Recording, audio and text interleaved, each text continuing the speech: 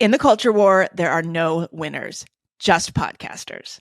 Only a few are willing to risk their lives in the face of some of the dumbest ideas to have ever captured human civilization. Every week, we, Megan Daum and Sarah Hayter, humbly accept this mission to bring you conversations that are equal parts unapologetic, unqualified, and male adjacent. Welcome to A Special Place in Hell. All men are unqualified and unapologetic, are they not? I don't think it's even male adjacent. I think we're male embodied. There are going to be some amount of people who are going to hear you say that, and they're going to be like, oh, that is misandry. I mean, if only I could be a mediocre white man, Sarah. That's all I've ever wanted. If only I had the confidence. What did they say? If only I had the confidence of a mediocre. What does that mean? What are they trying to say? It's such like a men are confident. It's such a 90s thing. I don't think that you can say that anymore. Why not? Because mediocre white men are the least confident people in society now. They don't have sex. They don't date. That's true. It's it has come true. The mediocre white men idiom has just it was like a vision board. Like they said it enough times that it just became true. I think it's definitely true that mediocre, minorities, the more you fit into a special category, the more you can be extremely mediocre, even worse than mediocre, but feel good about yourself anyway. I think the reverse is definitely true now. Unquestionably true now. Wait, say more about that. What do you mean? So I'm starting off on the wrong foot. Everyone's gonna I've been dragged all week for being I know a self-hating minority or whatever, but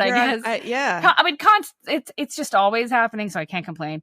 And I definitely deserve it to the extent that I jump into something that I know is gonna get me in trouble, probably. But I don't always know that it's gonna be as that I'll say something that I think is very, very innocuous, and it will make people very, very angry. Can you give an example, just for for the few listeners we have that don't follow you on Twitter? Well, religiously. It was interesting. Things that to me seem like facts. It seems like it's factually true that the West is a very self-critical society, and it is the most. Even if you didn't agree that it's a very self-critical society, certainly it is the most self-critical society in the world, without anybody that comes close. Western democracies. Are you talking about the U.S. specifically, or Western? The entire West. Yeah. I think it's true of the entire West to varying degrees. Some countries are worse than others, but it's true of the West, and there is nothing like it anywhere else in the world. This is a very, very uniquely Western thing, actually. And, I say something like that, and of course it's true. You have to, of course it's true. And I think you can feel it. Maybe it's not true if you just don't know anything else about the rest of the world, and you presume China, publishes the same kind of. I know, but anything that's not a dictatorship would have more self-criticism, right? What's the binary here? Okay. I also think there's something about the culture. There's something about our culture and our place in the world as well. We feel powerful. We feel as if, our power is unearned to some degree, or a significant portion of our, citizenry thinks that, or feels guilty about their privilege, And so the way to handle that privilege, or the way to feel comfortable with their privilege is to denounce it while still enjoying it, And so you get to say, the West is actually horrible, and look at all the horrible things we're doing, while you live in America, safe and sound, with all these wonderful things. So I think it's a little bit that the self-flagellation is definitely self-serving. There's definitely something about it that is uniquely Western in that. Well, it's a luxury habit, right? Because if you have the luxury of self-flagellating, then that means nobody else is flogging you, right? And so you have to do it yourself. It is true. You're right that other democracies, especially the more open the democracy, the more likely you're going to see this kind of self-criticism or self-flagellation from at least a portion of the population. I know that some people were commenting and saying like, well, India has it too. Like India has a liberal class that is constantly going on about how horrible India is. And I've seen it. I think that's true. I don't think it's anything near the extent that you see it in Western democracies, this seems to be the main thing that we talk about all the time, you know. I think maybe what's happening is that it's a relatively new phenomenon because not too long ago, everything was about patriotism. My country, wrong or right. There was a very vocal contingent, probably the majority, that was all about American exceptionalism and we're better than everybody and wave the flag. So I think that people who are reacting to you probably feel like that's still the default.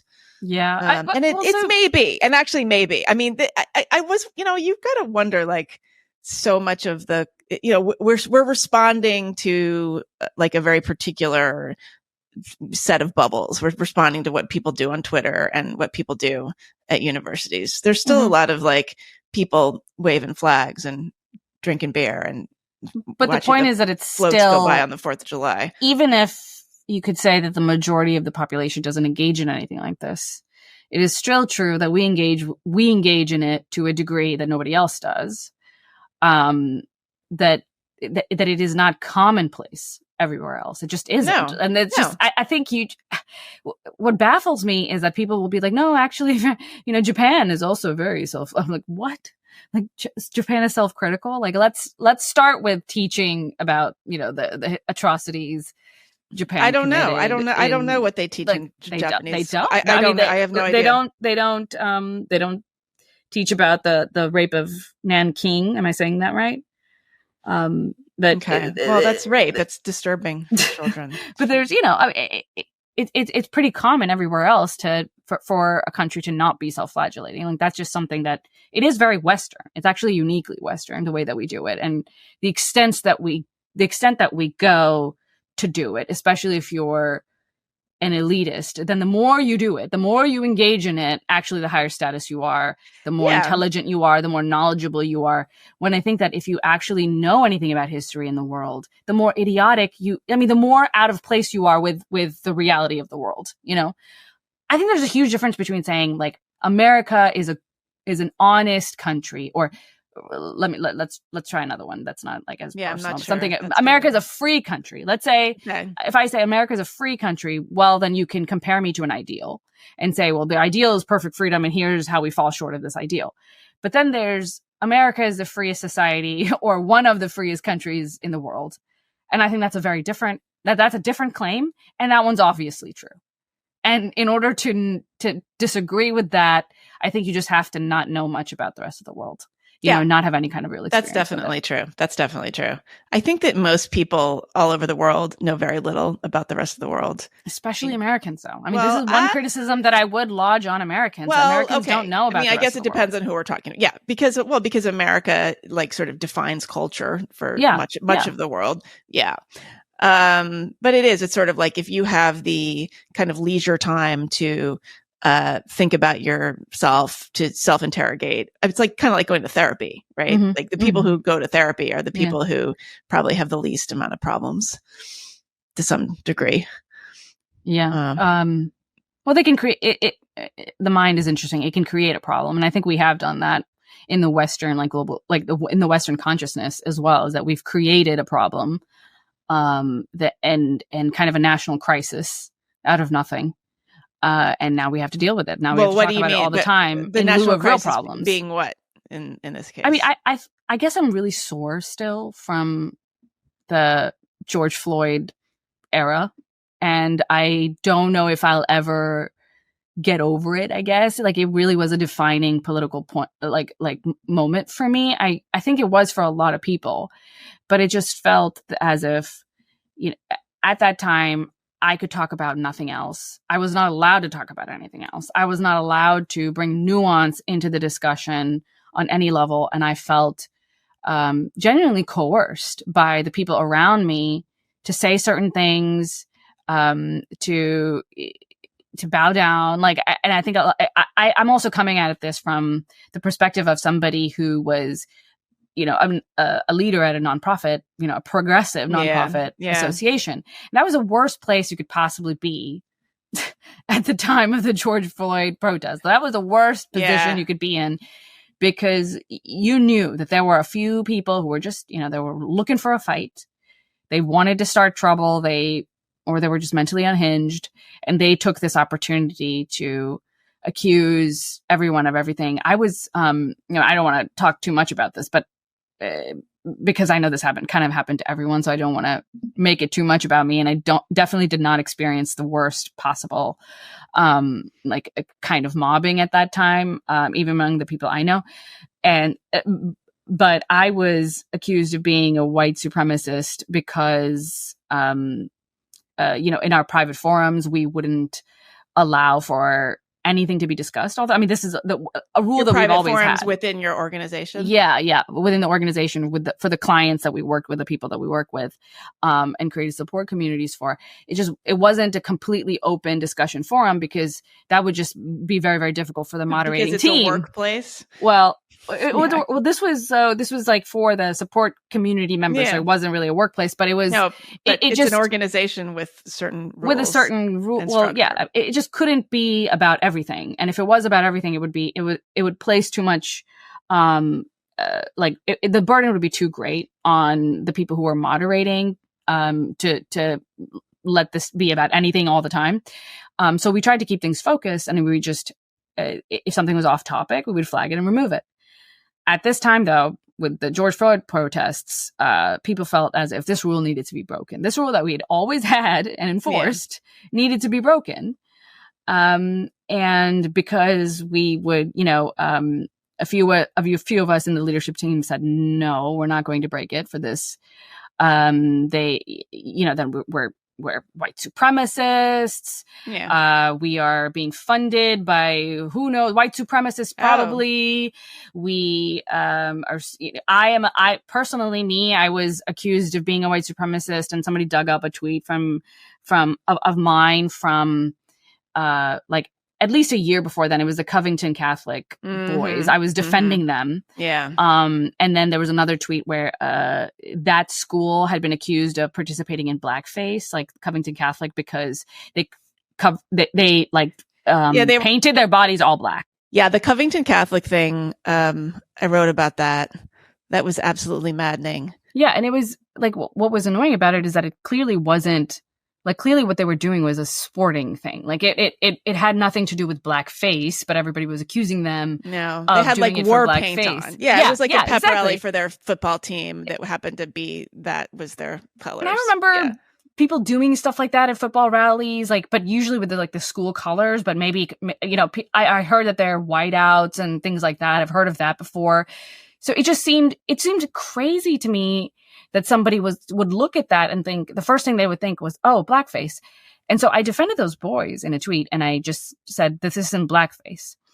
And the people that were trying to, take me down at this, at the post-Floyd, mayhem, were using this tweet as evidence that I support blackface. And it was so outrageous to me. It was so disgusting. And I was like, oh, you're just lying, and you're using the pain of others to, further whatever, personal so vendetta that you have. It's incredible. And none of the people that were accusing me of this were black. they were South Asian. They were women, which I think is maybe something. We've talked enough about it, but there's something about social justice that gives women permission to be extremely cruel, particularly to other women.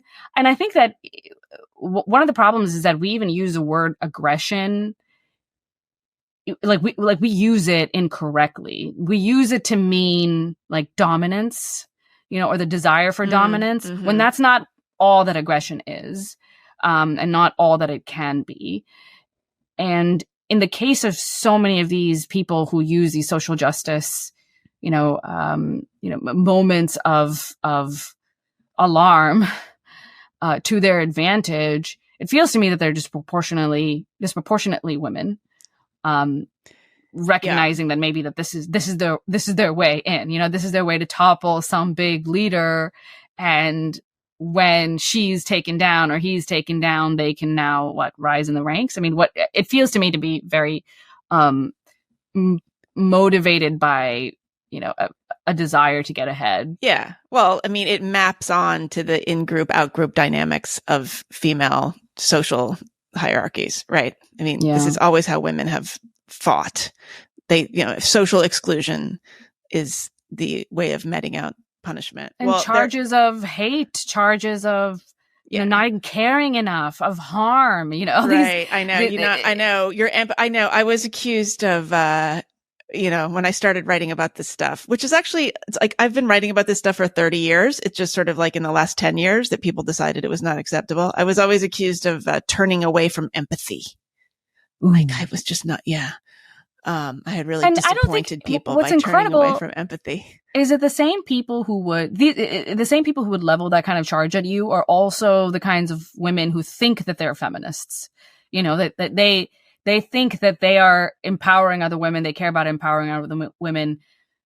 At the same time, they will leverage very, very female specific, charges at other women. Yeah. Yeah. And they don't seem to think that there's anything wrong with that or strange about it. And I keep seeing it. I keep seeing again and again. I keep seeing it. And it's, it was really bad at the time of George Floyd, though. It's really, really bad. It's so funny because when that was summer of 2020, by that time for me, I started my podcast, The Unspeakable, that summer. I had already been in this morass for several years. Like my book had come out in 2019. So I was already in the thick of it. And I guess it's interesting because I felt that summer, I mean, obviously it was tumultuous and it was extremely upsetting what was going on. But I definitely had a sense that there was a community of people who were pushing back. Like there were back channels that I was part of and aware of. And I was having conversations on my own podcast and I was listening to conversations. So I felt like there was a kind of support network of people saying like, what the hell is going on here?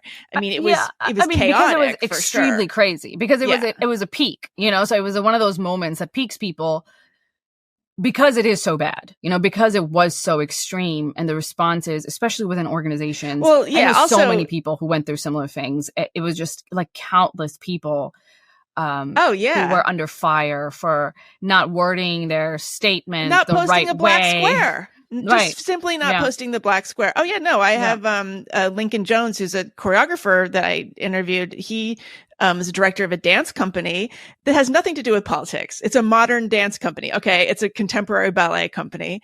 And he didn't post a black square on their Instagram page because he said this is not relevant to anything that we're doing. And he lost donors. He had dancers quitting because they were being harassed for even being part of the company. It was just I think it's so evil. I saw so much of it, and I think it's fucking evil. It was an evil push to make everything about that one. That I know that they are thinking about it when they're consumed in the tragedy of it, or the horror of it, and the madness that's flowing around everywhere. They think it must be done. Everyone must get on this page and tackle this really horrifying thing. But it was definitely an evil instinct. It was, a mass delusion of sorts that just came on all at once. Yeah. And it wasn't surprising to me, the people who were the most insane at that time. They were the people who I would expect to have completely lost it, or to cynically abuse it. It was the usual suspects, I guess, from my experience. But it was sad also to see the average liberal and progressive be cowed into silence, or to even be sympathetic to the people who were trying to make, everything about race now, everything about social justice, because it had to be, according to them. And I think that it is such an evil instinct, this flattening of all progressive causes into one cause. It's dehumanizing and it's racist.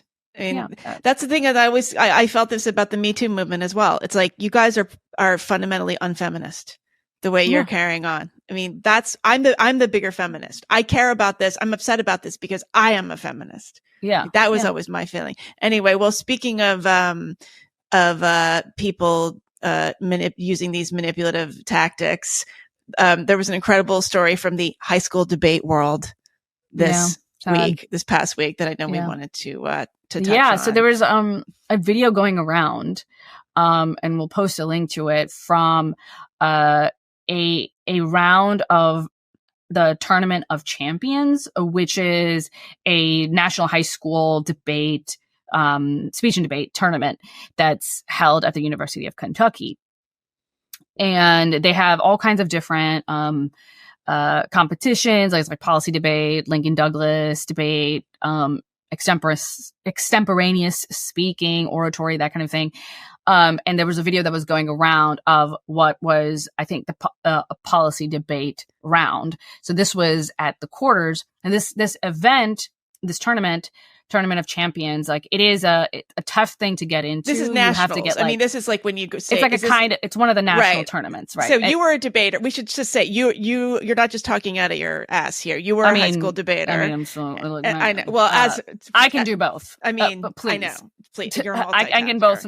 But I was also, and I was not on the debate team, but I was on the speech team. And so we went around with the debaters, and I competed in oratory events. So shocking. I know people find that shocking. Yeah. Anyway, but but was this like a Zoom event? Because the video that we saw, they were on Zoom-like squares. Yeah. So were they not actually there? Frustrating. Yeah. It seems like they weren't participating in after all that. Yeah, I know. But we should say, this was in Kentucky, but this is like a hard thing to get to, and it's a big deal. It's like your football team, going to state or something like that, or even So regionals or nationals. So there's multiple kind of like tournament, I guess there are multiple kind of tournaments that are held in debate leagues that hold different kinds of tournaments.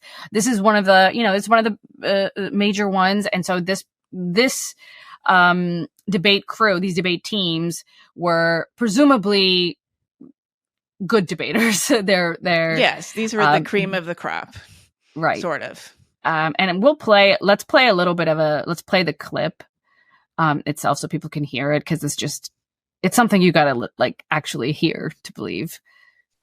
They first read a diss out about how we shouldn't assume that JJ's white or call him white. We never called JJ white. We said Dalton's whiteness. They have a white debater on their team, which inherently means they have more whiteness than us. We obviously know that JJ's not white. It's pretty obvious. Go down onto our pick. We give you 3 warrants why we subsume all of their protests and affirm their protests. In a pick, what it means is you are furthering their cause just minus the whiteness. As Rebecca is a vehicle for this movement, we say whiteness is really bad for representation in queer people, and it's a bad form of furthering this protest. The best way to further the protest is to vote for our pick and to affirm it, but minus the whiteness. They say that we're taking over JJ's labor, but first, this is a new response. If they read this response before, we probably would have read a capca about how you can't use labor across identity lines. That's a really bad thing to do. Second, how picks work is you affirm their protest. We're not taking over their labor. It's just a technicality of debate. Then they say that it's trans exclusion. No. Couple responses that they dropped from Sanji. 1, our constructive speech was about personal experiences, about our identity. We are not comfortable discussing our sexuality on a live stream with 130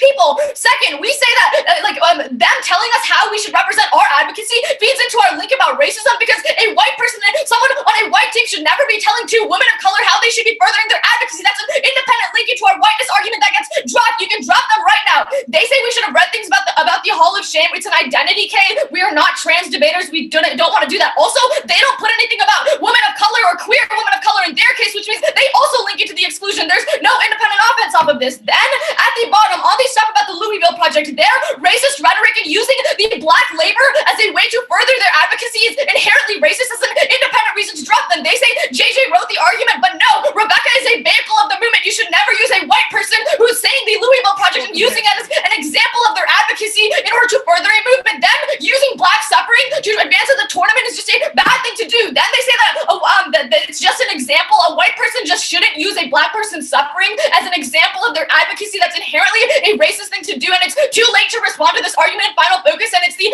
largest dropped argument. There's also another dropped argument that links into racism about how they're telling us how to represent our advocacy.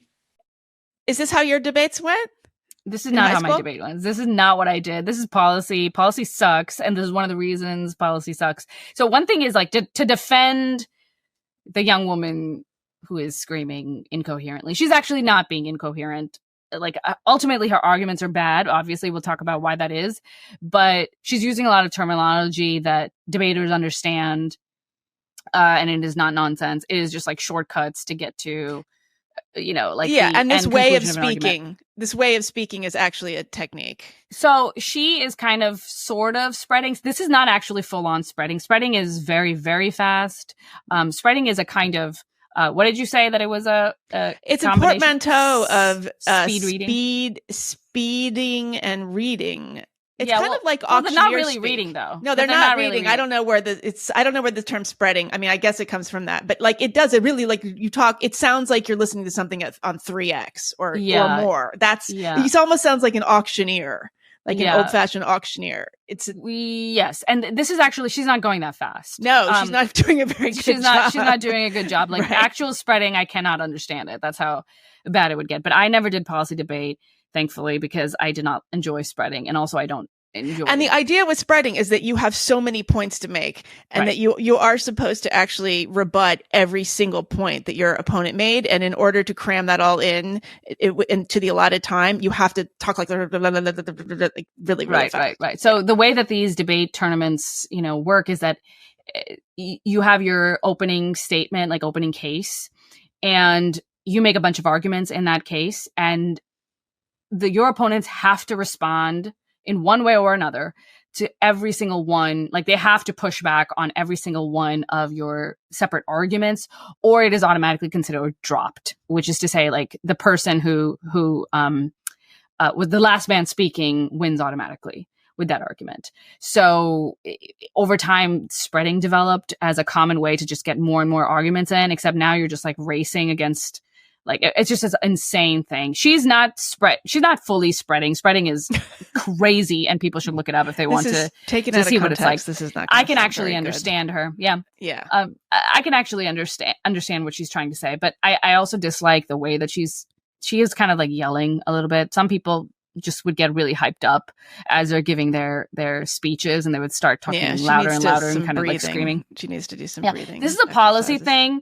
I did Lincoln Douglas debate, which is like values debate. It's a lot more like philosophical, or it's supposed to be. And the questions are like more of what should we do versus like, can we do this? Policy ones are very specific. But it's supposed to be the case that Lincoln Douglas is about values.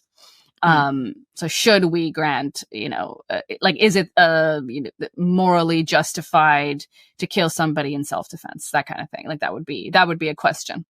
I competed in original oratory. So I would write like a 10-minute speech about some big, like sociocultural political topic and memorize it, and then go give it in the competition. And I can't believe I did that now. Like I can't believe I ever, that's a lot of memorization. Yeah. And I don't know, but I was like in plays and stuff and like theater. So I would memorize stuff, but it's weird how as a kid, stuff like that comes much more easily, or you're just not afraid of it.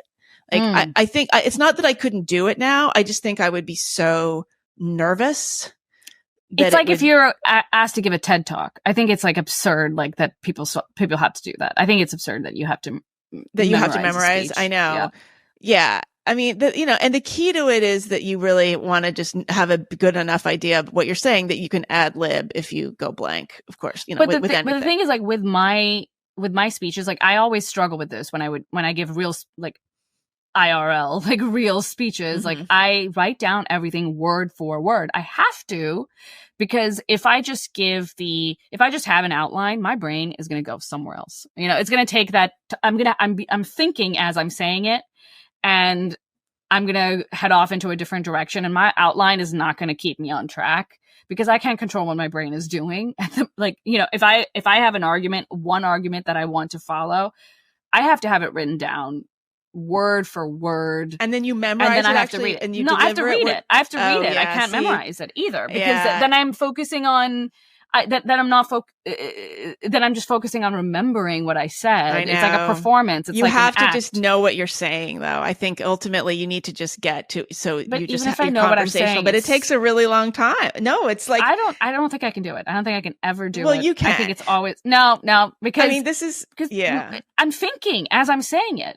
So if I have 5 arguments in front of me, it is impossible for me not to spiral off into a tangent when I'm thinking about the topic. And it'll be different every time because I'm, different connections are being made at every time, or I deliver it slightly differently. So my next thought is something different and I head off into a different direction. I can't control this, but it might be, maybe this is something to do with the internal narration thing and why, and how I don't have it. But I mean, I think you have to, my problem is like, if I am speaking like about something that I've talked about a lot, like suddenly I'll start to make a point and I'll think, did I just say this 5 minutes ago? Or did I say it yesterday when I was doing a talk? Like, and that's a very common, and that's terrifying. It's like suddenly, or like sometimes I have this thing when I'm public speaking is like, I'll become afraid that I have two different shoes on. Like, and it'll just completely take over. Like, oh my God, oh my God, oh my God. What if somehow I walked out of the house with two different shoes on? Anyway, but back to this debate. What's really bothersome about it is that the adults have like let this go on. Right. So we've walked away from like the main point of even listening to this debate, which is that this is an insane argument that this young woman is bringing up. She's bringing up the race of her the team that she is opposing, and you guys can't can't see it if you're listening to the podcast, but the other team has one white girl on it. It appears to be a girl, is it? But more whiteness on the team. More whiteness. They have more whiteness on the team than their team, and it is. I would think it would go the other way, frankly. I mean, look, if you're going to have white people and South Asians on the teams, the white person is going to drag it down. Yeah. I mean, let's be honest. True. I mean, the other team is the one that should have been complaining. The best teams that I've seen are actually South Asian combo. For sure. That's a great combo.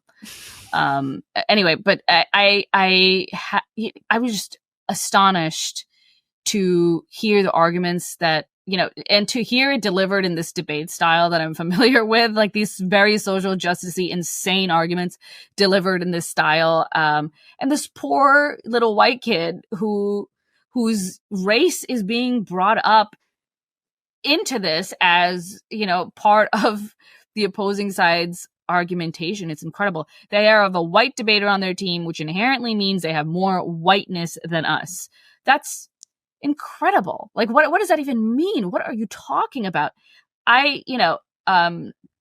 Somebody else posted, so this is James Fishback. He's the one who posted about this. He is a founder of Incubate Debate, which so he's just using this to further his own. It's I guess a startup debate league where he's trying to make like a tournament that is, legitimate, I guess. But they have a website where they just talk about their approach and what they do. I'm a little bit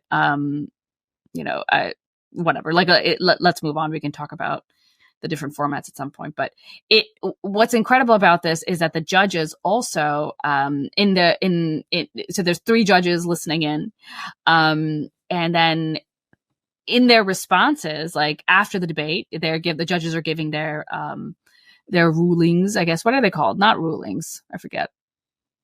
Do they give points? I mean, they're evaluations, right? They're giving their evaluations. So they're talking about, this one supports, one judge says, keep trying to do the work of liberation because it's important and you guys can and will make change. Another judge, I want to say, like, huge respect to both teams for reading these arguments. Another judge, both should be proud of yourself for the work that you're doing. I mean, it's... Okay, so this has nothing to do with the substance of an argument. No, it's they have these judges, you have the right values. 25 kids. Years old. Are these just like very young? They seem like very young. They seem like kids, to be honest. These judges. There's no adults in the room. So often judges are college kids. Not all the time, but especially if it's held at a university. So if it's a high school debate tournament, then the people who are going to be judging are going to be college students, but they're not random college students. They're usually debaters, like former debaters. Yeah. Which is actually ideal. That was always my favorite type of judge.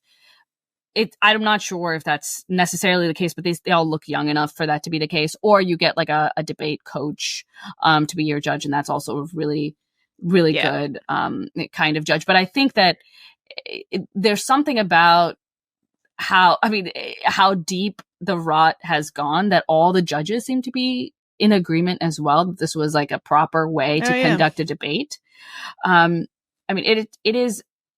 These people are training to be lawyers. Is it any surprise that we're having these meltdowns in law schools? I mean, debate really trains you to be a lawyer, trial lawyer. It trains you to be many things, an intellectual.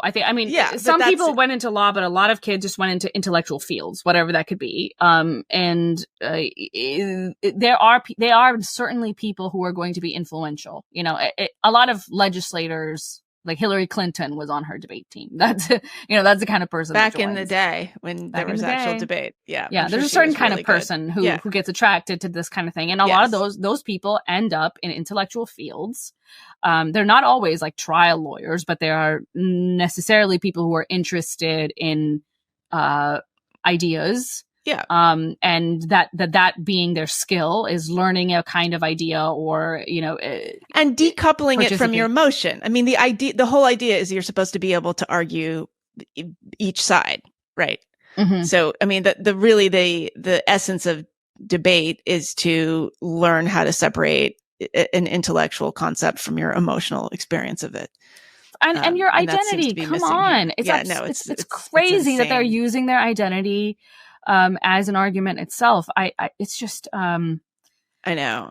Very, very sad to see. It's very, very sad to see. I thought, this to me, it's like, when you start to see people talking about math being racist, and how we need to introduce, anti-racism into mathematics curriculums, that's kind of a, okay, it's all over now. Like it's all, I always knew they were winning, but now they've won. Like we know that they've won and this is their victory lap, that they take on the kinds of fields and activities where you're supposed to be doing the exact opposite. Right. I know.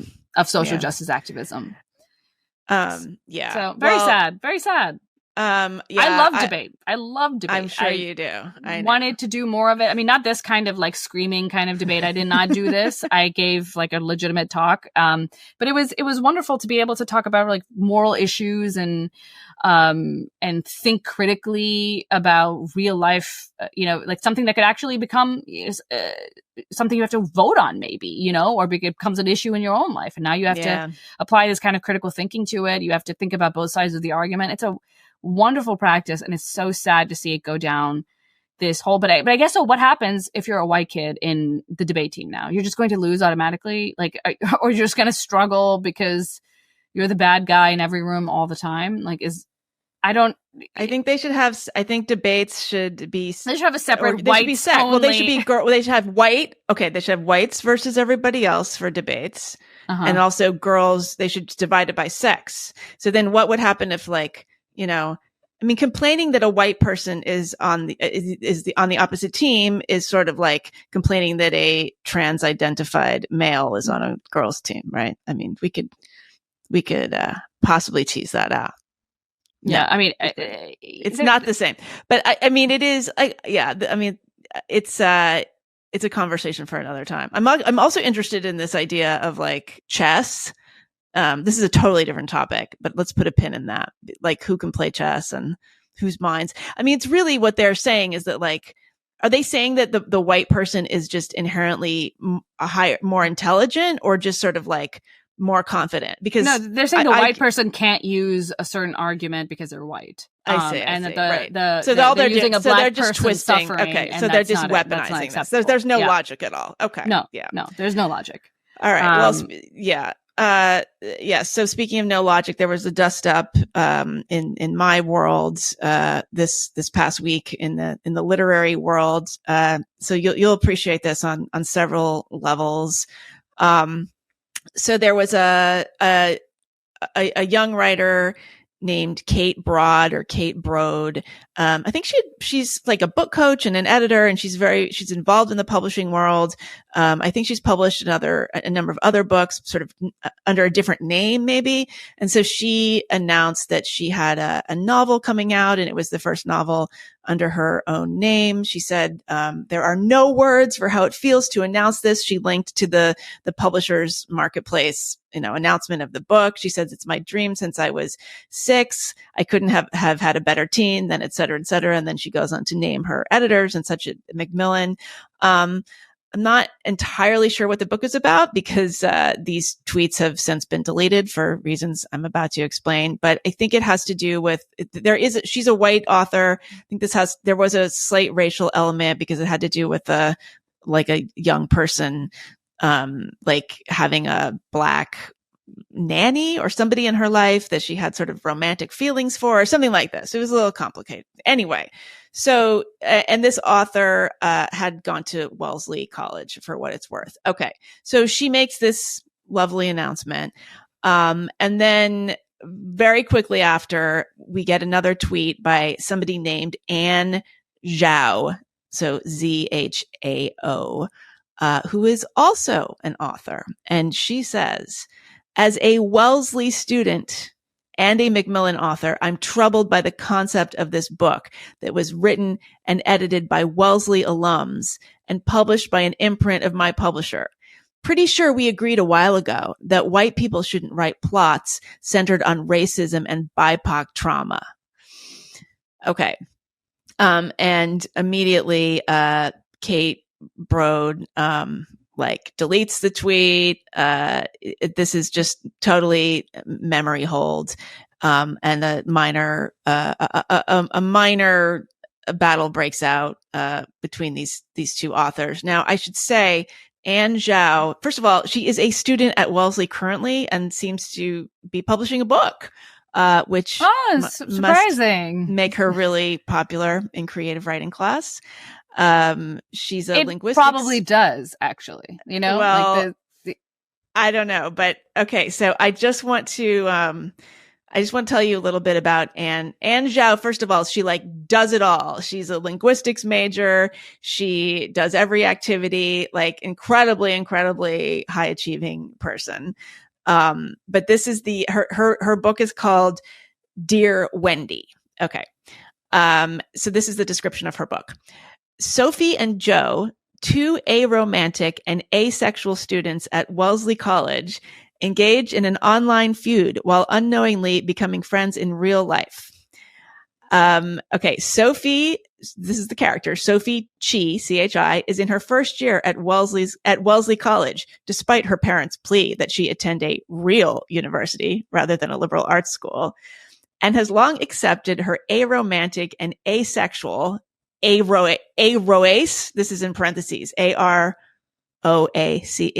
I think maybe that's the umbrella term for aromantic asexual. Okay, she's long accepted those identities. She knows she'll never fall in love herself, but she enjoys running an Instagram account that offers relationship advice to students at Wellesley. No one except her roommate can know that she's behind the incredibly popular Dear Wendy account. When Joe Efron, also a first-year AROS student at Wellesley, created their Sincerely Wanda account, this is the story, by the way, of the book. It wasn't at all meant to take off or be taken seriously, not like Wendy's. But now that they might have a rivalry of, but now they might have a rivalry of sorts with Wendy's account. Oops. As if Joe's not busy enough having existential crises over gender, if she'll ever be truly loved, and whether her new friends will find the one and forget her. While tensions are rising online, Sophie and Joe grow closer in real life, especially when they realize that their shared AROS, I'm sorry if I'm mispronouncing this term, AROS. Don't be sorry, they deserve it. Identity. Okay. We should. I'm sorry if I am aggressively mispronounce it. It's a microaggression to not pronounce AROS properly. Once they realize that they share this identity, they start a campus organization for other A-spec students. A-spec. Will their friendship survive if they learn just who's behind the Wendy and Wanda accounts? Exploring A-spec identities, college life, and more. This platonic comedy, perfect for fans of another book I haven't heard about, is ultimately a love story about two people who are not and will not be in love. Oh no. Okay. Wow. I will say this. That sounds like something. Go ahead. It's a very clever plot. And the reason is that it actually is, she didn't make it up. This is a very classic kind of trope. And it was, I mean, the shop around the corner this is the story of that famous, I think it was a play and then a movie, The Shop Around the Corner, about sort of two competing shop owners. And then Nora Ephron borrowed it for You Have Mail. It's also the story of the movie You Have Mail with Meg Ryan and Tom Hanks. But Nora Ephron was very clear about the fact that she had borrowed from that. I feel like I've seen ghosts of this story has been, I mean, there's only so many stories. Over I mean, again. look, it could be Hamlet. It could be, You've Got Mail, whatever. God. I mean, it's just, yeah, but it's just You've Got Mail, but like for Eros. For Eros. Oh God. No creativity. What's the point of creative writing class? Well, I do think it's a clever. Well, I mean, I'm kind of not surprised that. I mean, it's a very clever, like the two competing underground, like anonymous Instagram advice accounts. That's a clever plot, and I can see why an editor would want that. But like, you have to wonder what went in, what were the marketing meetings like? Oh, like we really need more aromantic, asexual representation, in this publishing house. So we're going to publish this Wellesley undergrad, I guess A-spec. Is that the spectrum, asexual spectrum? You're asking the wrong people. Sarah, come on, you should know this. I genuinely, I think this is so idiotic. I cannot believe we're taking this seriously. I cannot believe this woman's getting published. This whole thing is stupid. The plot is not clever. It is not interesting. It is badly written.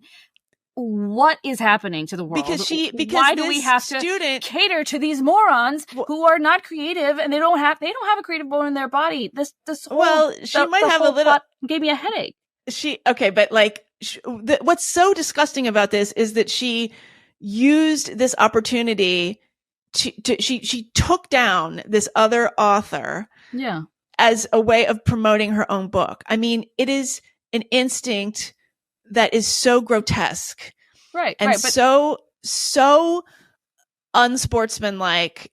I can't even. It makes me really sad, frankly. I mean, and she's going, oh, well, and these are my Wellesley. I guess they're all connected with Wellesley and they're all connected with the same publisher. And instead of having a kind of camaraderie around that, or just kind of, dignity rivals and institutional affiliation, she just like sticks the knife in. I mean, her Twitter handle is, people change the names of their Twitter, so her Twitter handle is Ann Zhao says pre-order Dear Wendy. Like that's her Twitter name. Yeah.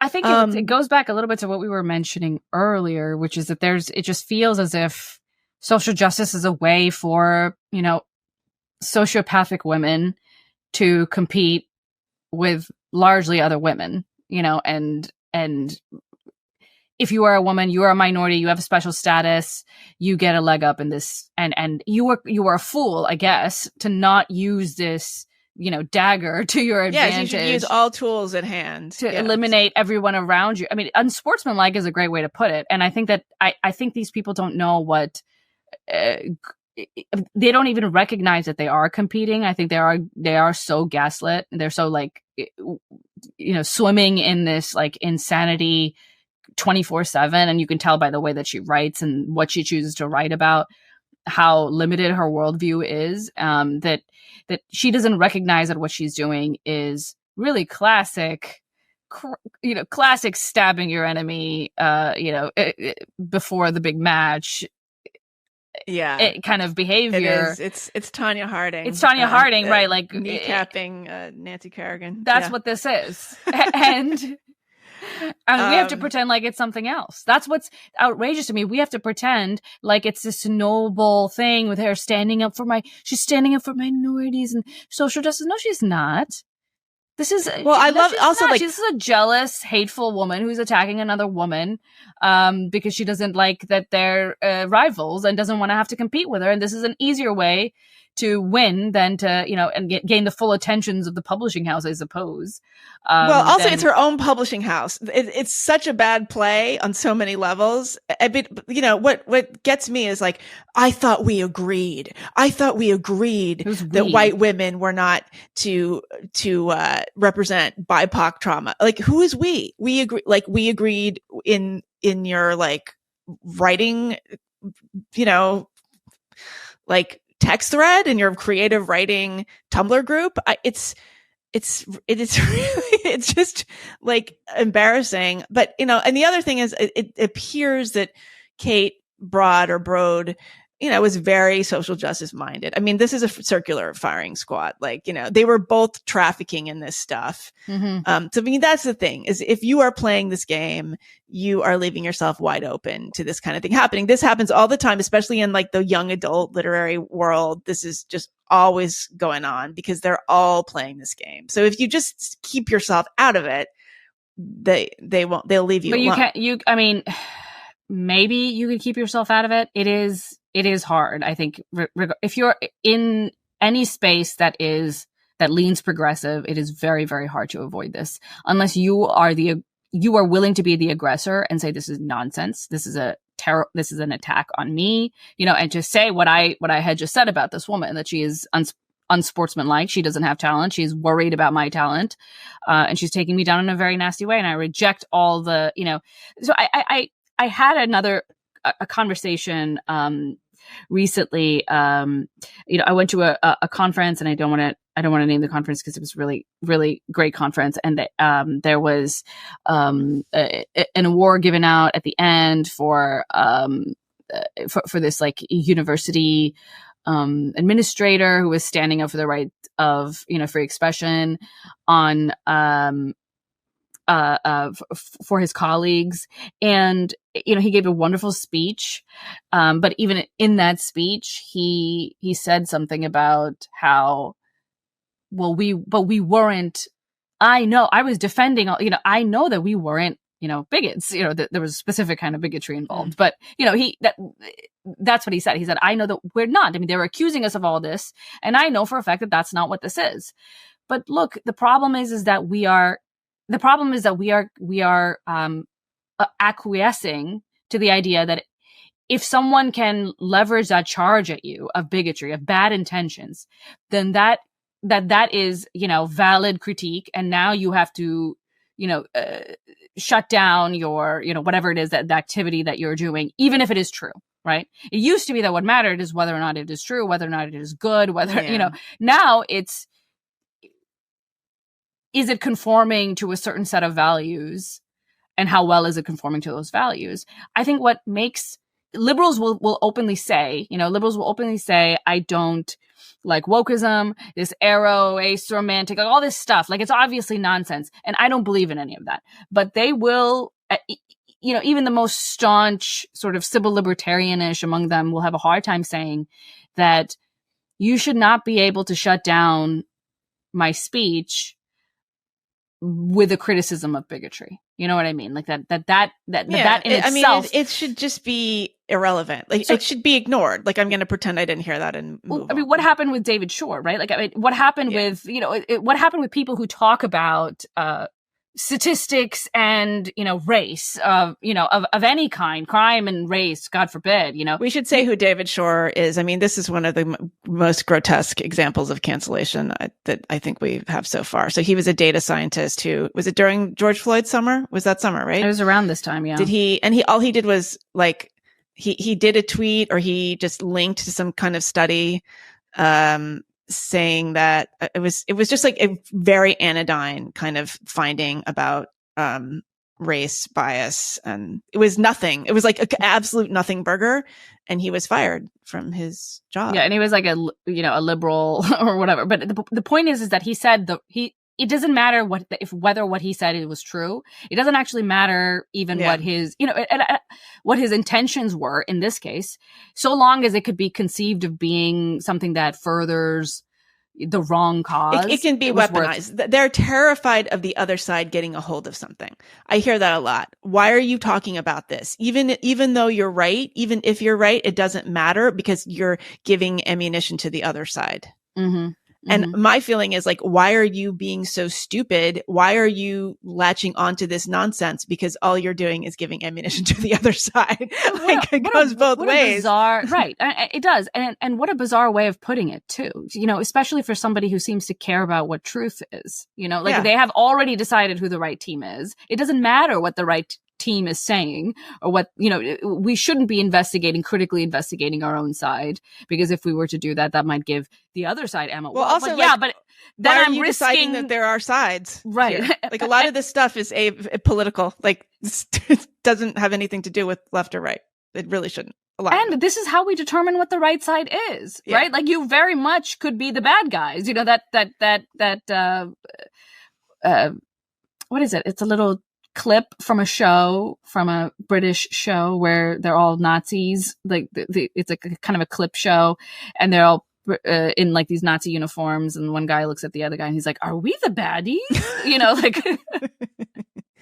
Yeah. And I feel like, how do we know we're not the baddies unless we are able to look into the truth of what we're talking about, whether it's even meaningful, whether these are even values worth supporting, and why. But these are just not conversations that a lot of people are willing to have. I mean, the women's college aspect is interesting here. I think Jonathan Haidt recently said something. I mean, he's just talking about new findings about just the extent of the groupthink in a lot of these institutions. And he was saying that women's colleges are absolutely the worst. I mean, he is now cautioning people against sending their daughters to women's colleges. And it just kind of broke my heart, because I think that women's colleges used to be quite the opposite. It's where you went if you were serious. Yeah. I think the different a totally different kind of person is selecting into those colleges now. That's what it is. Yeah. You know, it's a person who, before it was, I want to do real work and men are not going to allow me to do real work or whatever, like the or stereotypes against me, exactly. or sex, whatever, you know, like there are things that are not going to allow me to do it. So I want to be in an environment where I can pursue rigor, truth, like fully. And now they're definitely where the most, blue-haired of young women go. Yeah, and there's this kind of trauma premise. Like, I think that there's a sense that, like, oh, if I have trauma, I'm going to go to a women's college because it's going to be safe there. And so then you're over-indexing for a lot of these, like, very fragile types. I think that was part of it John sounds Haidt's like a point. nightmare, honestly. You could not... You could not pay me to go to a women's college. You could not pay me to spend time with those kinds of people. I would pay to not spend time with them. Well, I would pay women's college tuition to not have to go to just a women's not college. have to ever even drive by like Northampton, Mass. You're just going to do like a huge. You're going to so drive much, like 300 miles out of your way. You should have gone to a men's college. I think I would have been great at a men's college. I think I would have, thrived / been groped and harassed, but that's just what you got to do. You would have been that's like, the price you gotta intellectually pay. Raped every day. But I mean I say that's like it's a negative thing. I mean it's be good. Yeah, I mean that's how you asking learn. for it. That's how you learn. That's why I was there. Learn your lessons. But I think it was interesting because people were. I asked this question a couple of times to on Twitter about whether people are interested in single sex schools. I do think that for boys, that's the way to go. Oh, you do? A single sex school. So you think you don't think there's like a Lord of the Flies thing you don't think that there's an analogous dysfunction with all male environments to the dysfunction of all female spaces? No. Okay. No, I don't know. So? I'm honestly, I don't know. I mean, I really, why might you say so? I mean, I don't know. There might be, like fraternity houses and, places where, unregulated, male behavior that is unchecked by the presence of females, can go off the rails. What makes you think that? I don't know. I'm just, isn't that what the social psychologists tell us? I don't know if it's true at all.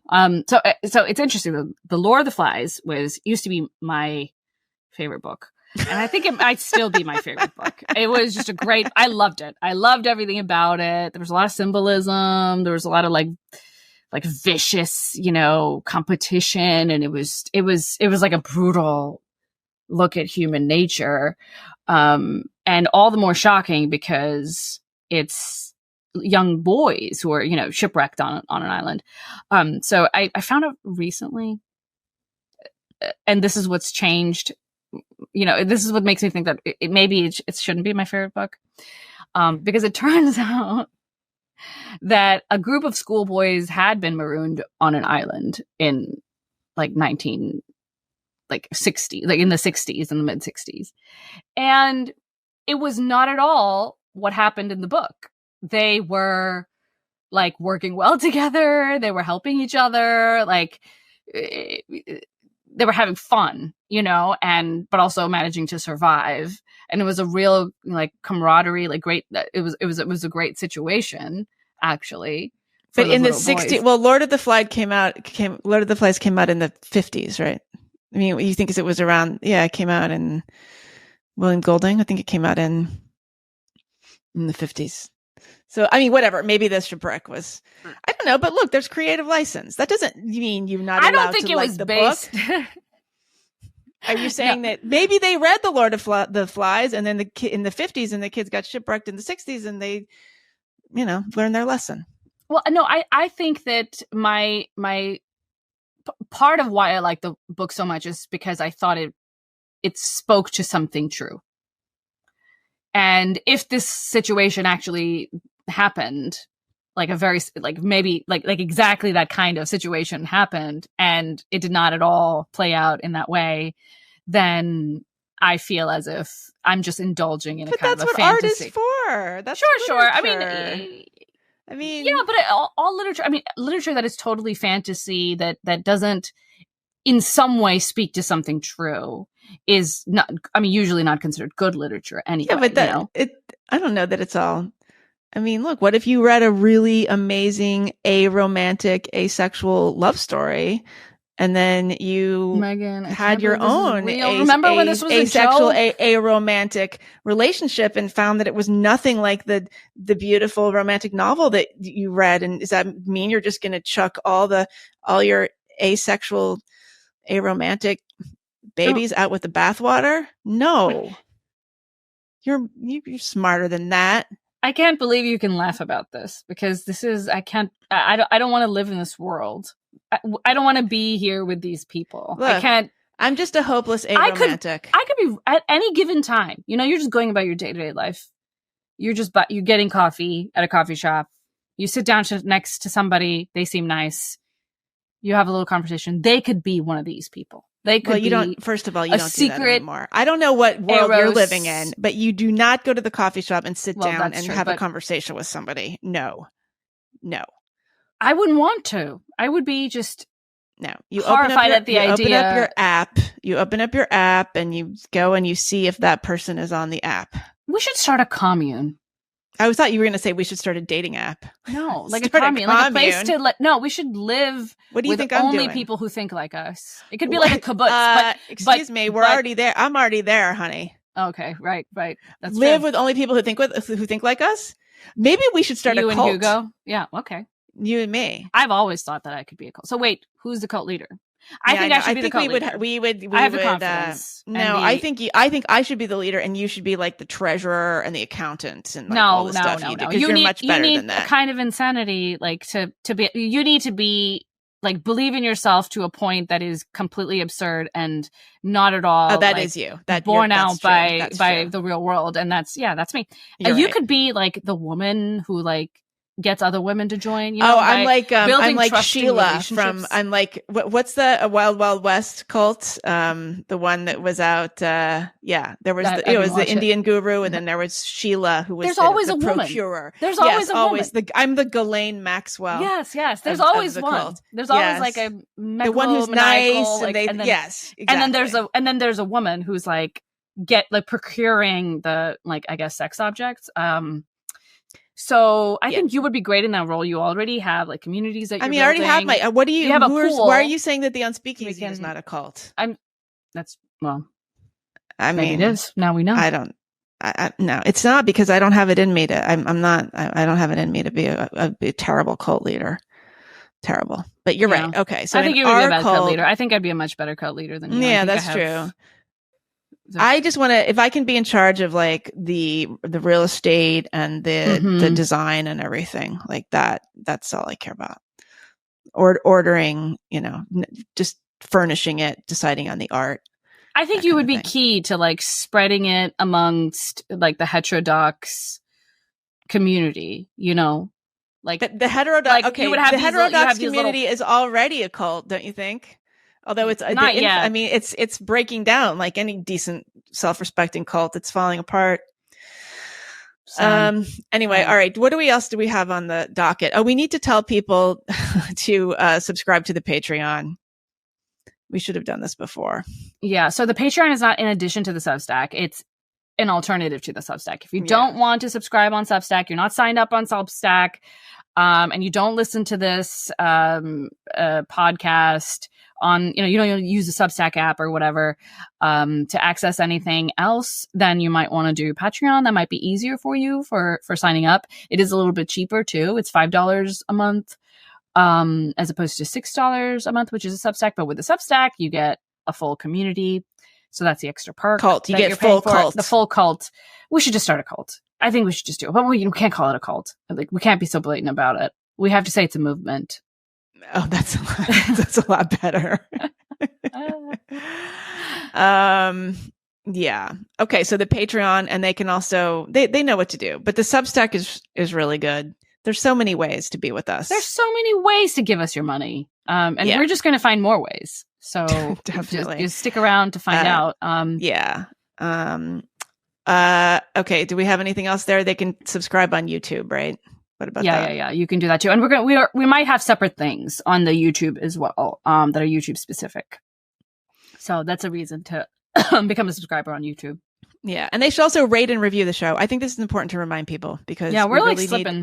We always forget that. I always forget that on my other show too. Please, 5 stars and just some kind of praise. Like, you don't have to, you don't have to go crazy. You don't have to write multiple paragraphs, but you can just say like, this is the best show. This is not a cult, and it is a show, but it should be a good show. Yeah, but if it was a cult, I would join. Yeah. Okay, last topic. I know we wanted to touch on something that pertains to the Israel-Hamas war here in the States. People ripping posters down. Now, somebody asked me, and this is germane to what we've been discussing, if more of the poster terror downers are women. That women seem to be doing this. Yeah. And that might be consistent with what we're saying about women kind of like fighting in the social justice space. But I'm not sure, because I'm also seeing a lot of videos of men doing it. I'm seeing many women do it. I mean, you would think that given that it's kind of an aggressive act, it's usually the kind of thing that's the realm of men, but it doesn't seem to be. But it's not aggressive. I mean, you're just pulling paper off of something. It doesn't take a lot of hand strength. Although I like it when I see the people, like, they're able to balance a coffee in one hand while pulling the posters down with the other hand. Like, they don't even put the coffee down. Yeah. Like, that is a flex. You know what I mean? It is. And I am impressed, to be honest. Yeah. That they can do that. But I think it's one of those things that everyone seems to be convinced that it's a psyop by the other team. I notice people saying to the other side, like, stop, recording all these people who are ripping down posters and sharing it, because this is just making them famous and big on their side. So it's bad. You're like actually helping their cause. Then other people are saying, well, stop ripping down these posters, because they're obviously a propaganda trap by Israeli, whatever, like propaganda. Right. Like it's supposed to, it's a trap. It's a bait. It's lessening our sympathy for the poor Hamas. So it's terrible. Well, not just that, but that they know we're going to rip them off, and then we're going to look like assholes. Yes. So yes. That's what it is. It's a cry bully technique. Yeah, exactly. Well, okay. I kind of am of the mind that constantly recording these people and, quote, making them famous is not the best strategy. I can be talked out of this. I really, truly do see both arguments, but I tweeted something about this. My feeling is that for some of these people, not all of them, but for a considerable number, they want to be made famous by doing this. Yeah. Like, you're actually, because they're operating in a world where this is only they're really just signaling to their in-group. They don't care as much. Like, their goal with this is to do something cool to show their group that they're doing this. So like, to shame them, to publicly shame them, you have to assume that they're ashamed of what they're doing, but they're not. They're shameless by definition. Yeah. So it doesn't really line up. So I don't know. I mean, I'm just sort of floating this as a thought. I'm not saying, I think I could be talked out of this sort of, but I do think it's worth. Okay. Let me try it. Let me try to talk you out of it. So okay. Here's Go really fast, but talk like this, like spread. Like, and I just like yell and scream. Yeah. I'm gonna like, okay. Also, I'm white, so you have a huge disadvantage in this argument, regardless. Okay. Well, I think that, the case can be made that it is not about the people, convincing those people or shaming them at all. It is not. It has nothing to do with them. It has to do with showing the world the state of anti-Semitism on the left and sort of getting people riled up and like kind of alarmed about this, you know. And by this, I'm not trying to impugn any kind of negative thing. I'm just trying to discuss this like objectively as this is the kind of purpose I think it is serving. Whether or not that's a good purpose is not something I want to comment on at the moment. But I think that might be part of it, you know, that it is worth showing that there are people who are so cruel that they will rip down these posters of like a baby that's, you know, lost or whatever. Like it is a horrible thing, and it shows how horrible they are that they're willing to do it for points, maybe for whatever. But why they're doing it is maybe like why they're ultimately doing it is less relevant than the fact that they are doing it, and that it can be used to say this is how little they care about what is going on to with innocent civilians who happen to be Jews. So I think that's in that sense, showcasing it is pretty effective propaganda, you know. And I think that I kind of agree with some of the leftists who have been feeling as if it's kind of a trap. And I don't mean by this, I don't think that it is an unfair thing to do. You know, I think, you know, I cannot go 2 steps without, you know, I mean, I see anywhere I go online, I see pictures of dead Gazan children, you know, like of people coming out of rubble. I mean, I see this constantly. It is unfair to say that isn't propaganda, but what what people who are doing, especially when they're actually images posters from Syria, but yes, right. Go on.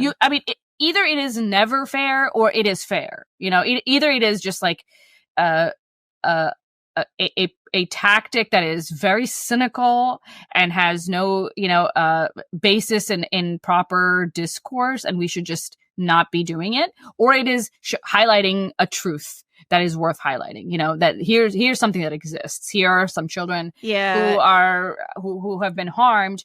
If Gazans can do it, you know, if you can do it from the Palestinian side, and you can get featured in the New York Times, I think you can do it on this side as well. Having said that, I think for both sides, these images are really important in terms of moving public opinion.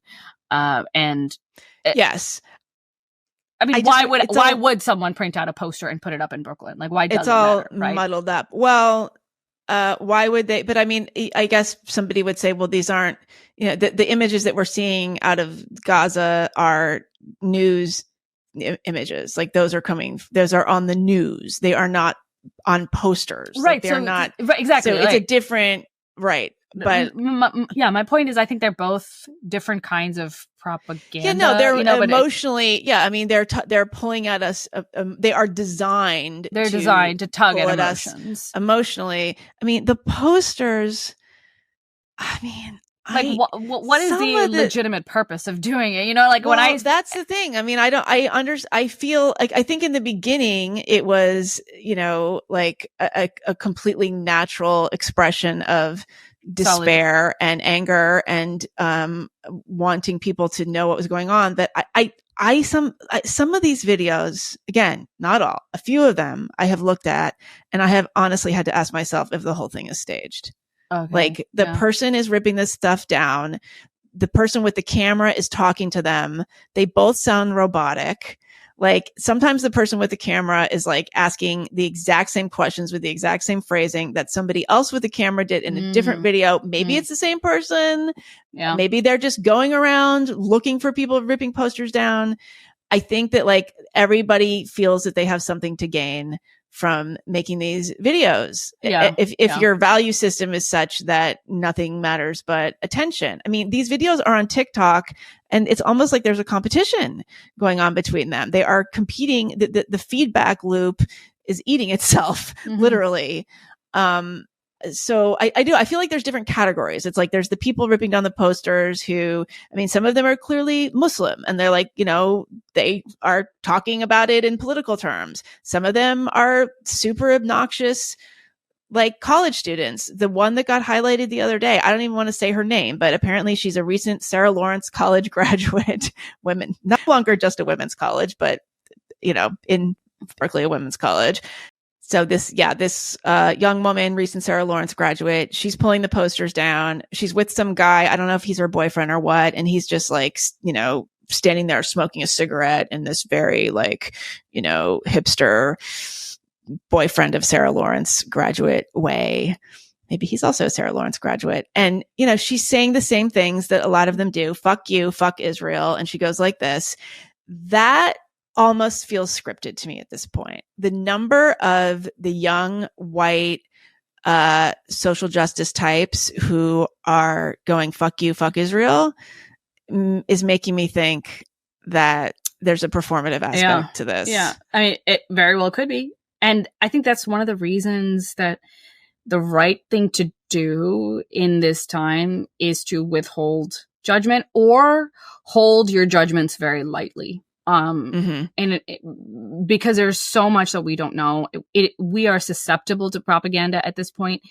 And, you know, it's a complicated situation. So I think there was a lot of propaganda when it came to Ukraine. You know, I think there were lots of things where I felt lots of times, with especially the beginning of the war of Russian aggression, that it felt to me as if I was there was a manufactured consent kind of a thing going on. Like there was something that they were trying to make me feel a certain way about Ukraine. They were trying to make me supportive of this war. And look, I am supportive of the war. I actually am. I don't talk too much about it because I think that it's an active war. I don't know exactly what's going on. My opinion is less relevant right now, and it you know, irrelevant right now. It really should be irrelevant right now. At the same time, I'm not naive. I know that, of course, there's propaganda happening on both sides. There might be way worse propaganda happening on one side, but that doesn't mean that the Ukrainian end isn't engaging in it. And that doesn't mean that their ultimate cause is just or unjust. So I think that we should be clear-eyed about the reality on the ground, which is to say that there's a lot of propaganda, because you have a lot of true believers on both sides who think that anything done in the service of this cause is a just thing. Yeah. If we were in their world, if we were in their shoes, we would feel the same way. If we had watched all the same movies that they had watched, we would feel the same way. So I don't even judge them too harshly, but I know for a fact that is definitely the case on both sides. We're going to see a lot of propaganda, and we should not react or overreact, I suppose, to some of these events that are captured on 5 seconds of I'm phone getting footage. a little tired of it. I mean, anybody who actually reported out the story with the Covington Catholic kids should know that a snapshot in time doesn't tell the whole story. Now, if somebody is tearing down a poster and saying, fuck you, fuck Israel, I think it's pretty clear what's going on. We don't need a lot more context. Right. But it's, as you said, it could just be, and that has happened, especially in this conflict that has happened. Yeah. I've, people will talk about Pallywood or whatever, these fake kind of images that are scripted scenes that were coming out of what was supposedly Palestine. And who knows whether that's something that's real and something that's happening. It's entirely possible.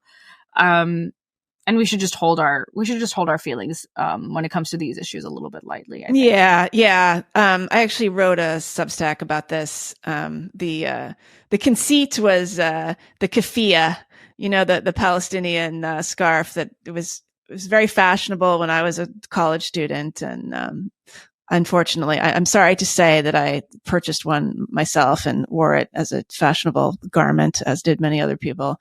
I think that it's just a lot of these people are participating in these demonstrations almost as an expression of style. Mm-hmm. I mean, they don't see it that way. And obviously that's not the whole story, but there was that, speaking of the keffiyeh, I mean, there was the footage that came out of that high school in San Francisco, Balboa High School, with the kids, running through the halls, chanting "From the river to the sea." And it looked like a pep rally. I mean, it really did look like, if this was Texas high school, it would Friday Night Lights, it was like a football rally. It had that kind of spirit. And, but the kids are, this, especially this one young woman in the front, she has a keffiyeh and she's got her phone in one hand and she's got this thing over her head and she's sort of playing with it. And she's got this tight red shirt on and she's a very beautiful young woman.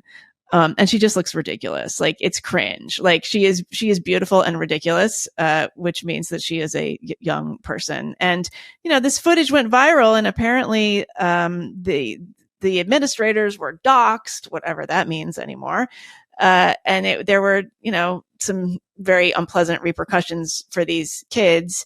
And it did look incredibly irritating, but also who knows what the reality was. And in fact, a Jewish student from that school posted a long thread saying that's not the whole story. And nobody, these kids are able to separate. It's never the whole story, right? Anti-Semitism from never the story. From pro-Palestinian, Palestinian freedom, whatever. Anyway, so I think we should just be mindful of that. Cautious. That doesn't mean there isn't a reality, right? That doesn't mean that two events like this don't happen. It's just that we have a limited ability to know what is, to sift. That's all. And I think we should take that. We should really take that lesson and feel because it is the case that you can overreact to something that turns out to be false. The hospital, Israeli strike on a hospital thing. I mean, what was that? That was many people, unfortunately, in the mainstream media, in the New York Times, the New York Times, who wanted this to be true. They wanted Israel to have done something horrendous so they could be gleefully say, "Oh no!" Because they're playing right into the hands of Hamas. I mean, this is what the Gazan health ministry is all about. It was incredible, but that's what it was. They were partisans who couldn't wait for their bias to be confirmed. And I think we should all recognize that we have biases and we have tribes that we are loyal to. And if we really are loyal to our cause, then we would not fall for, we would not have egg on our faces the way the New York Times does. Because for sure, I have lost, I remember this, and this is going to be one of my, my catalog of things, like the Covington High School thing, that I bring up as, this is why I don't trust the New York Times. This is why I don't trust journalists. This is why I don't trust, mainstream media. I have a list of things that happen that pique me and upset me and outrage me. And I remember the hypocrisies. I remember the lack of professionalism and of good judgment. And it makes me feel a certain way about those institutions and the voice that is speaking. So if you care about your cause, hold on a minute. don't rush to confirm everything that you feel in your heart is true. And now here it is, evidence that this is true. Like, wait a minute. It's it is a very, very tough thing to do because it's a very, very emotional subject for a lot of people. And I've struggled very, very hard not to opine on it endlessly. I've been holding myself back, trying not to read. Oh, you're doing a great job. This is me holding back genuinely. Cause I can't, I think it's so, like everyone, I'm being driven insane about it. What are you thinking when you make these tweets that is going to get a rise out of people? Like, do you actually sit there? We're going to wrap up, but I want to know just before we go, like, what are you actually thinking? Like, are you like, I'm really bored. I need to I need a dopamine hit. So I'm going to tweet something and sit back and. Well, it wouldn't be a dopamine hit because what I'm going to get as often adrenaline. Okay. You need an adrenaline rush. I don't know. It doesn't really it doesn't do anything anymore. I guess I'm just like, because you just keep having to take more. You know what I'm saying? Yes, but I've just been through it and it just means nothing to me now. But why are you doing it? Why do you do it? If I feel like something's true, then I feel very deeply compelled to say it. It feels true to me. I'm browsing Twitter and I'm seeing something and it feels wrong to me. Maybe there's an approach that feels very annoying. Like one of the things that I got, I don't know whether you would say this is a successful tweet because a lot of people hated on me for it. And then a lot of people retweeted it, was, Pakistan has been doing some horrible things to Afghani refugees. I don't want to get into it, but it is pushing them out back into Afghanistan. So it's displacing them. Some of these people who've been in Pakistan for decades, like 30 years long kind of thing. And it's reported that there's over 1 million of people that are being forced to pack up. It's terrible. It's a terrible thing. And somebody tweeted about it and said, well, look, no one's about to, there are not going to be any marches or protests or whatever about this happening. And I shared, I quote tweeted that and I talked about the fact that there was a genocide that Pakistan committed against Bangladesh in the 1970s. It was. You must have paid for Twitter blue check because it's a very long tweet. Horrific. It was it?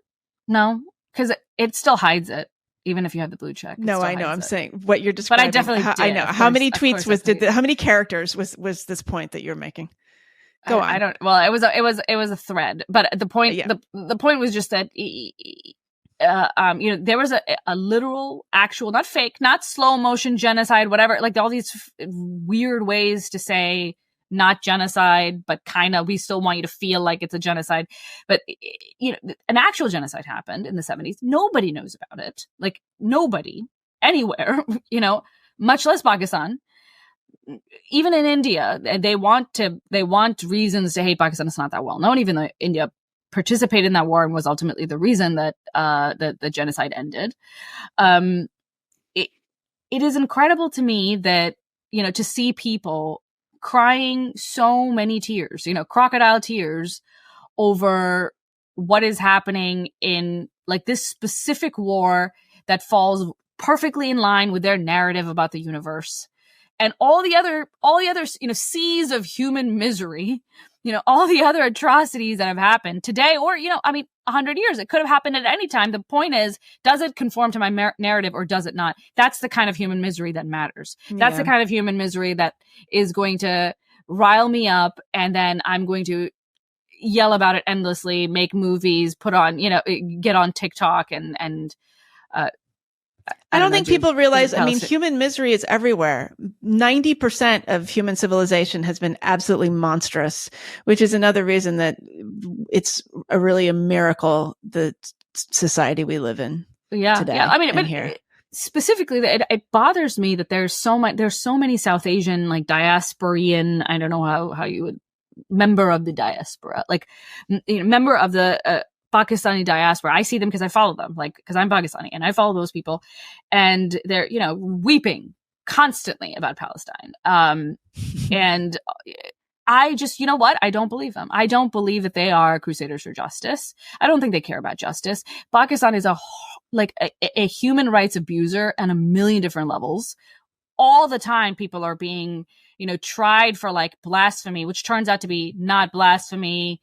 Somebody misinterpreted something that's happened, and now some, poor kid gets lynched. Oh God. Horrible things are happening there constantly. Horrible human rights abuses happen there.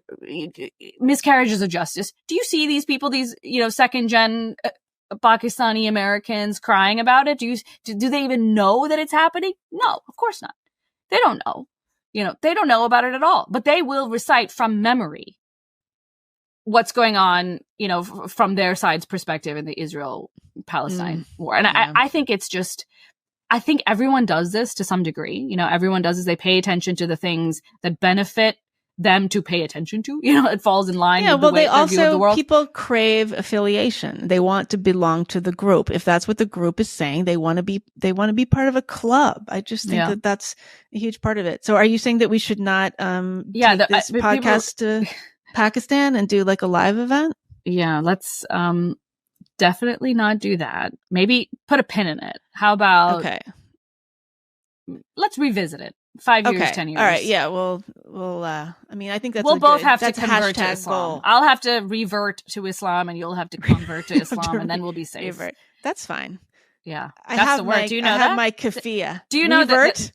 Well, actually everyone is a revert. Everyone in Islamic, like, thought, I suppose, everyone was once a Muslim. Like everyone's born a Muslim. Really? Even me? Yeah. And so if you converted to Islam, you wouldn't really convert, you would revert back to your true faith. So I see. So you would be, can you be full revert? Full revert? As opposed to just revert, you know what I mean? Yeah. You never want to go full revert. You just want to go little touch of revert, little tad revert. Yeah, little. Sure. Just a little, just a splash of revert.